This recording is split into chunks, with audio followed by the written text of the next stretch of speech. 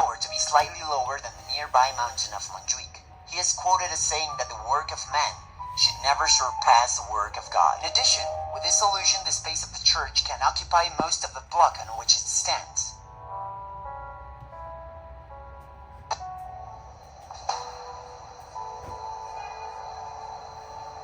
Barcelona is preparing for a historic moment. Pope Leo XIV, the inauguration of the Tower of Jesus Christ, visible from different points across the city.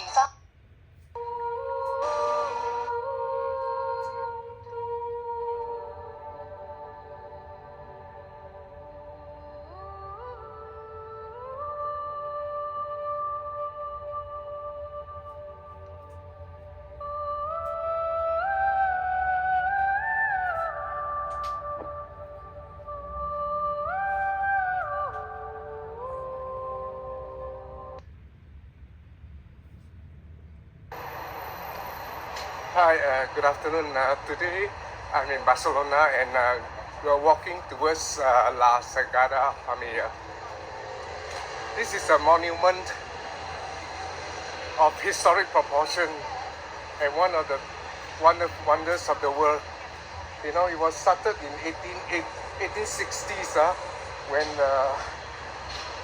Boccabella, Joseph Maria Boccabella started to have a monument for dedication to the St. Joseph Association. Yeah, so he started this project and he engaged the architect. Yeah, the first architect was Francisco de Paula de Villa, something like that. Yeah, so after the first initial start of the project, Antoni came in when Antoni Gaudi came in when he was about 31 years old to take over. Because there's some differences in the direction of the project. Because the first design was a Gothic style for the Holy Family, and then so there was a change in this idea. So when Antoni Gaudi took over, yeah, he dedicated his life from 1914 to do this project. And what's happening is that over the years, the entire design was really visionary in the sense that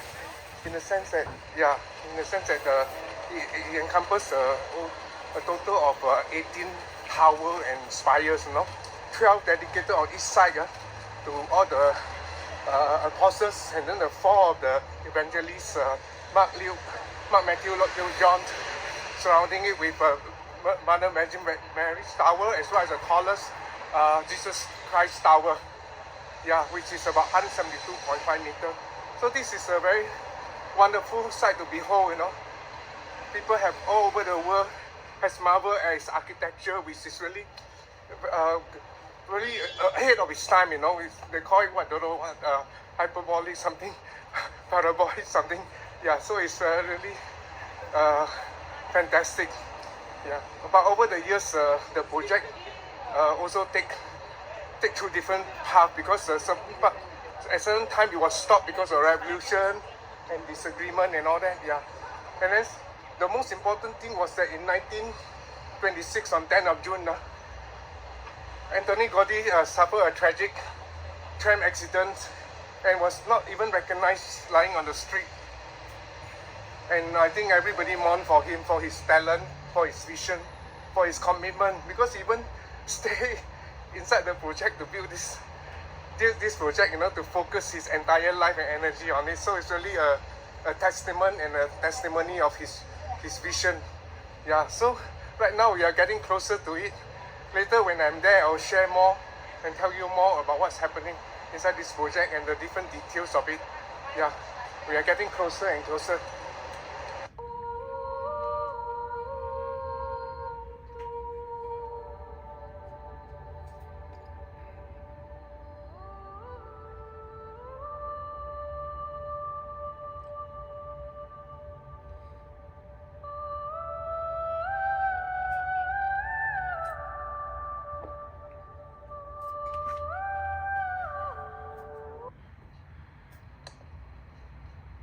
Temple will look like, just as Gaudi intended it.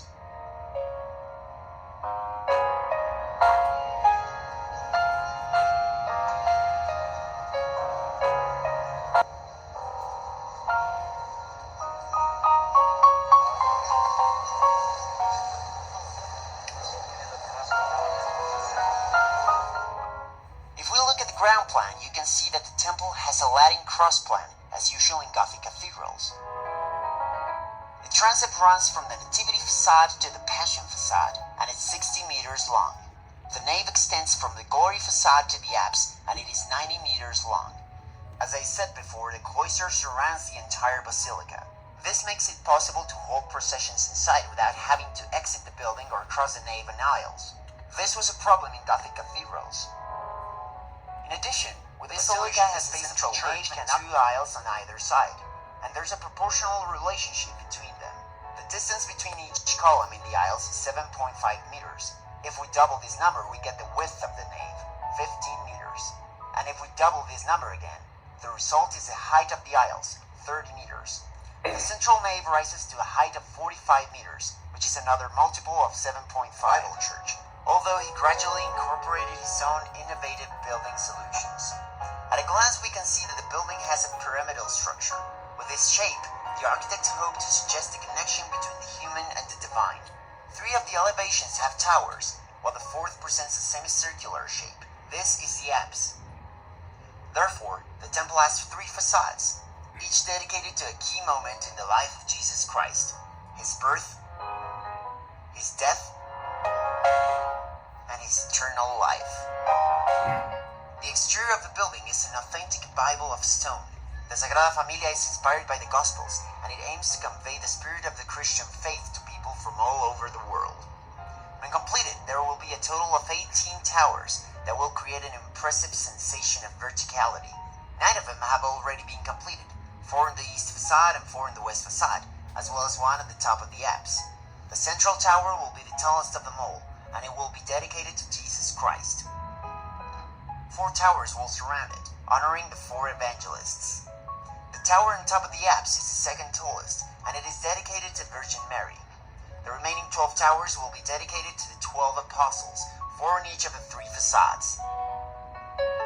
This is a nativity facade, dedicated to the birth of Jesus and his early life. With this exuberant representation of nature, Gaudi wanted to express the joy of creation at the advent of the Son of God. If you look closely, you will see that the facade is divided into 3 triangular portals, each of which is dedicated to a member of the Holy Family, or Sagrada Familia. The one on the left, known as the Portal of Hope, is dedicated to Saint Joseph. On the right, we have the Portal of Faith, dedicated to Virgin Mary. And in the middle is the Portal of Charity, dedicated to Jesus Christ. If you look up, at the top of the structure you will see a cypress tree. This is a tree of life, a symbol of hospitality and eternity. The white doves on its branches represent the souls that have attained salvation. You can see how the towers have many holes. Their main purpose is to project the sound of the bells inside. Gaudi envisioned the Sagrada Familia as if it were a musical instrument, a huge organ whose music would be heard throughout the city. On top of the tower, the pinnacles are covered with colorful mosaics, using a technique invented by Gaudi called trencadís. You can see this technique in most of Gaudi's buildings. The pinnacles depict the attributes of a bishop: a mitre with a cross, a crozier, and a ring. The construction surrounding the basilica is the cloister, which serves as a space that communicates the facades, the sacristies, and the chapel. Knowing that it would be impossible for him to finish the project, he wanted this facade to serve as a guide for those who would continue the work after his demise. If we get closer, we can see all the details and sculptures of the facade. Right on top of the column, we find the birth of Jesus, the main theme from which the facade takes its name. The group reproduces the image of the traditional nativity scene: Jesus, Mary, and Joseph with an ox and a donkey. To the right, we see the shepherds who have come to adore the child. On the opposite side, the 3 magi are shown bearing gifts. And above the nativity scene, surrounded by musical angels, is the star that guided them on their journey from the Far East. At the bottom of the left portal, there's Mary riding a donkey with Jesus in her arms, and Joseph standing by her side. This image represents the Holy Family's flight into Egypt. In the opposite side of the right portal, we find an image of Jesus as he works in his father's workshop. Gaudi worked with real models, people from the neighborhood, and even members of his own team to achieve a great realism in these figures. He used plaster molds to create his stone statues. Right in the central portal, there are two turtles supporting the portal columns. The one on the left, which is the side closest to the sea, has fins, and the one on the right, closer to the mountains, is a land turtle, so it has legs to the three porticos in rich colors. All the statues would have been painted, human and animal figures, as well as the vegetation. However, up until now, this decoration has not been carried out, for the only color that you see is on the cypress tree. The doors are the creation of a Japanese sculptor who has been working on the temple for over 40 years. The artist also created some of the sculptures that adorn this facade. To make the doors blend in with their surroundings, he filled them with many different species of plants and insects.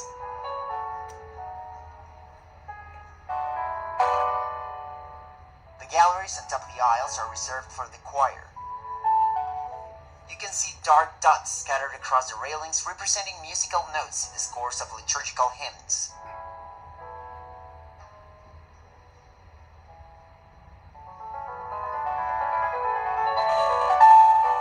This is the interior of the glory facade, which celebrates the eternal life brought by the resurrection of Jesus Christ. Once the building is completed, this will be the main entrance to the basilica. It was Gaudi's wish that the entrance be located on the side of the temple that faces the sea. These are the main doors of the temple made of bronze. They are the work of sculptor Josep Maria Subirachs. In the center, the Lord's Prayer has been written in Catalan, and all around it, the following phrase has been translated into 50 different languages. Give us this day our daily bread. With this message, the Sagrada Familia welcomes all its visitors, no matter where they come from. Over the doors, we see a warrior-like figure. This sculpture is a representation of St. George, the patron saint of Catalonia, to the right decoration of the basilica by Pope Benedict XVI in 2010. The glory facade is in a fairly early stage of construction. There is only the naked skeleton of the columns, arriving at a height of about 10 meters. As you can see, the main doors of the basilica are in a much higher plane than the street level. This is a challenge because there is very little space between the entrance and the sidewalk. To be able to give an adequate entrance to the temple, Gaudi designed a flight of steps over Mallorca Street in such a way that all the traffic will have to pass underneath, and the stairs should reach the opposite block. Just like the other three facades, this one will have 4 bell towers. The baptistry and the chapel of the sacrament will be on each side of the facade, parallel to the sacristies and the back of the temple. The most spectacular element of the assembly will be some constructions shaped as clouds that will be located on 16 large hyperboloid-shaped lanterns with a cone at the top. The lower 7 will represent the days of the creation, and the upper 9, the angelic hierarchies. These clouds will have enormous inscriptions of the creed in Latin. Credo in un Deum Patrem omnipotentem factorem celi et terrae. These clouds will surround the image of God.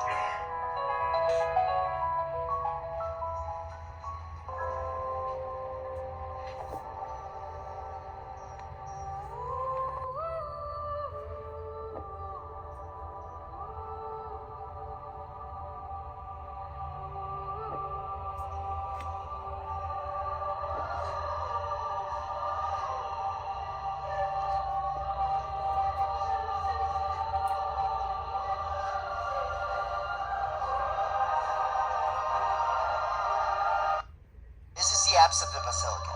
There are 7 chapels along the corridor. Towards the altar, at floor level, there are several windows. Down there is the crypt, the oldest part of the temple. Thanks to these openings, Gaudi managed to make the natural light of the basilica reach the underground. The crypt of the Sagrada Familia contains the tomb of the temple's creator, Antoni Gaudi. When Gaudi died after being hit by a tram, thousands of people escorted his coffin here from the Barcelona cathedral. Gaudi worked on the basilica for 43 years, focusing exclusively on this project for the final 12 years of his life, and so he wished to be buried here. This crypt and the nativity facade are the only parts of the temple that the architect lived to see completed. In the doors of the Passion facade, made by the same artist as the main doors, you can see texts from the Gospels that narrate the Passion of the Christ. This is the most dramatic facade of the Sagrada Familia, the one that represents the Passion of Jesus Christ.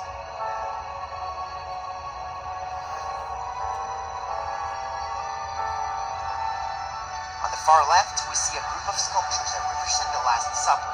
Right next to it, there's a figure of a dog lying down. The dog is a symbol of loyalty, which is shattered by betrayal, which is represented to the right by the figure of Judas kissing Jesus. If we continue, we find between the two doors the scourging of Christ. Further to the right, we come across St. Peter, grieving after denying his master 3 times. And further, there's Pontius Pilate meditating on what to do with Jesus, seen at his side wearing the crown of thorns, flanked by 2 Roman soldiers. If you look to the left, nearly in the middle of the facade, there's Jesus carrying a cross as he walks up the Calvary. All the way to the left, just above the image of Longinus, the soldier that pierced the side of Jesus, we can see 3 seated figures. These are the soldiers playing dice for Jesus' clothes. And if we turn again to the right in the center of the facade, we find the image of Jesus crucified. On top of the bridge that links the 2 central towers, a golden figure stands out. It represents Jesus in heaven after the resurrection.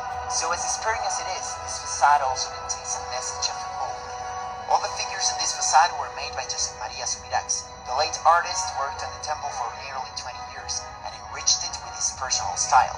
However, he was always keenly aware of his role in carrying on the work of Gaudi, and he strove to honor the architects in various sculptures. The Roman soldiers, for example, are not wearing typical Roman helmets, but helmets inspired by the chimneys of La Pedrera, another building that Gaudi built in the city of Barcelona. In this same group on the left, we find an even more obvious reference. The sculpture gave one of the evangelists the face of the architect himself.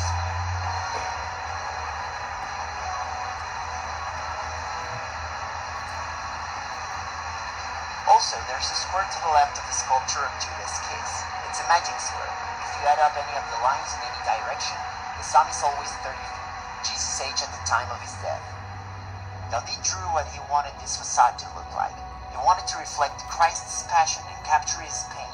Look at the enormous leaning columns that frame the entrance. They look like tensed muscles, and the small columns above like ribs. In the words of the architect himself, this facade should be hard, bare, as if made of bones. Remember the Nativity facade? It's a great contrast between the exuberance of it and the austerity of the Passion facade. Next to the cloister is the sacristy, which you can identify by the shape of its dome and its triangular windows.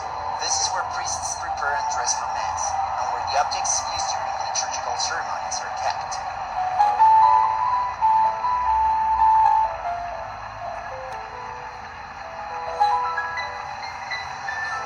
On the pinnacles you can see fruit baskets made of ceramic and pieces of glass.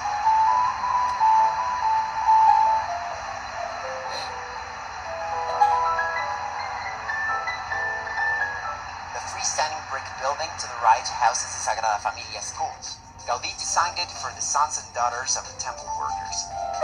Its form drew praise from prominent architects of the 20th century, such as Le Corbusier. Gaudi devoted much of his life to the construction of this masterpiece. In his final months, he even lived in it. However, he knew quite well that he would not live to see the temple completed. This explains why he left behind so many models and drawings, so that those who would continue his work would have some instructions to guide them. Since Gaudi's death, many people have invested their time, effort, and talent in the project. The Sagrada Familia is one man's dream, but it's also very much a collective effort.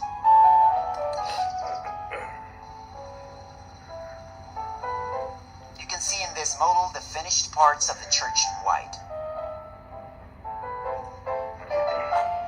The Sagrada Familia has been in construction for over 140 years, and for a while it was intended to be finished in 2026, just 100 years after the death of Gaudi. Known as God's architect,